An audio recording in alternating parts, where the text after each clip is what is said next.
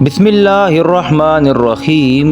السلام علیکم۔ سچ تو سنو ٹی وی میں آپ کو خوش آمدید۔ آج آپ لوگوں کے لیے انتہائی مختصر اور سبق آموز قصہ لے کر حاضر ہوئے ہیں۔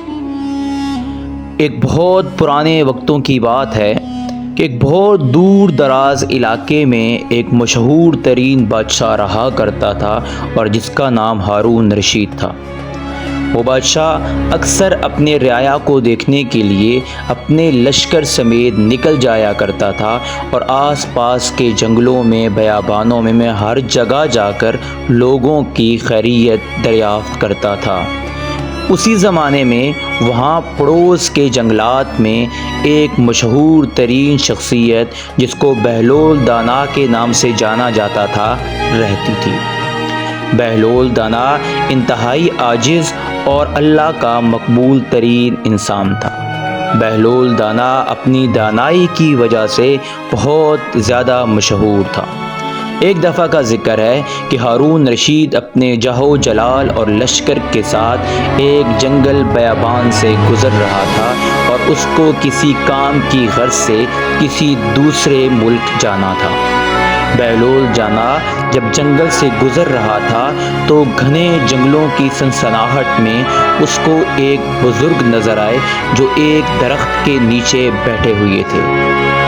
ہارون رشید انتہائی تجسس سے ان بزرگوں کے پاس جاتے ہیں اور کہتے ہیں کہ اے بزرگ، تو یہاں اس وقت جنگل میں کیا کر رہا ہے؟ تو آگے سے کوئی جواب موصول نہیں ہوتا۔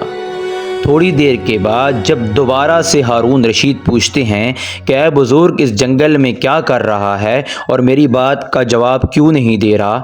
تو بہلول دانا بولتے ہیں بادشاہ سلامت میں ہوں۔ جب ہارون رشید نے کہا کہ بہلول تو یہاں پہ کیا کر رہا ہے؟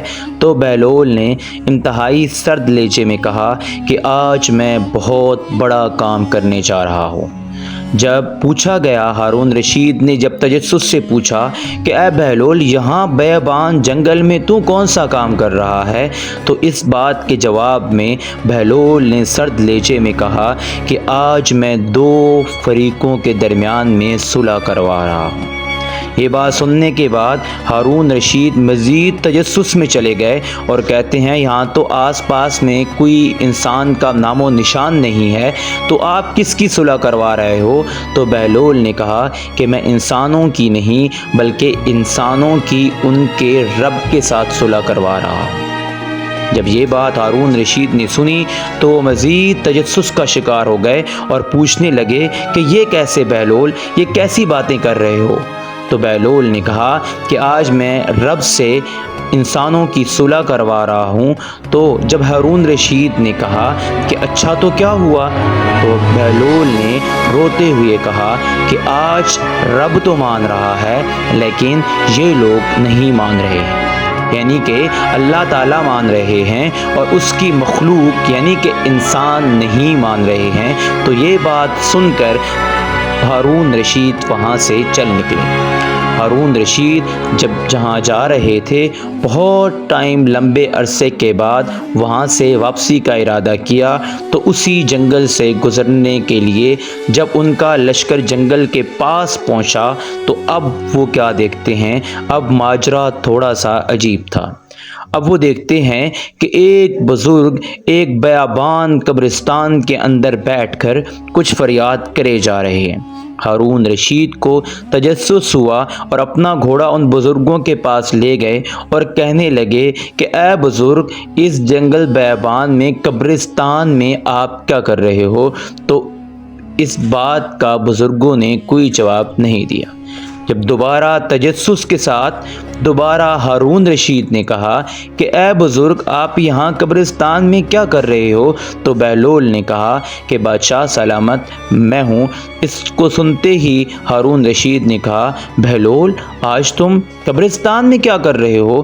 تو بہلول نے کہا کہ آج پھر میں وہی نیک کام کر رہا ہوں جو آج سے کچھ دن پہلے کر رہا تھا۔ ہارون رشید نے کہا کہ اے بہلول، میں آپ کی باتوں کو بالکل نہیں سمجھتا ہوں، مجھے بالکل واضح طریقے سے بتاؤ کہ تم یہاں پر کر کیا رہے ہو؟ تو بہلول نے کہا کہ بادشاہ سلامت، آج پھر میں 2 فریقوں کی صلح کروا رہا ہوں۔ جب یہ بات ہارون رشید نے سنی تو دوبارہ سے وہی سوال کیا کہ یہاں پہ تو کوئی فریق ہے ہی نہیں، تو آپ کس کی صلح کروا رہے ہو؟ تو اس بات کے جواب میں بہلول نے کہا کہ آج پھر میں خالق اور اس کے بندوں کی صلح کروا رہا ہوں۔ ہارون نے جب سوال کیا کہ آج کیا ہوا، تو بہت ہی زیادہ غمگین لہجے میں بہلول کہنے لگے کہ اے بادشاہ سلامت، آج لوگ تو مان رہے ہیں لیکن خالق نہیں مان رہا۔ تو میرے پیارے دوستو، آج دیکھتے ہیں ہم لوگ بہت سارے ایسے لوگ ہیں جو گناہ کرتے جا رہے ہوتے ہیں، ہم گناہ کرتے جا رہے ہوتے ہیں، اور اللہ ہمارا انتظار کر رہے ہوتے ہیں کہ کب ہم توبہ کریں اور اللہ تعالی ہمیں دوبارہ گلے سے لگا لیں۔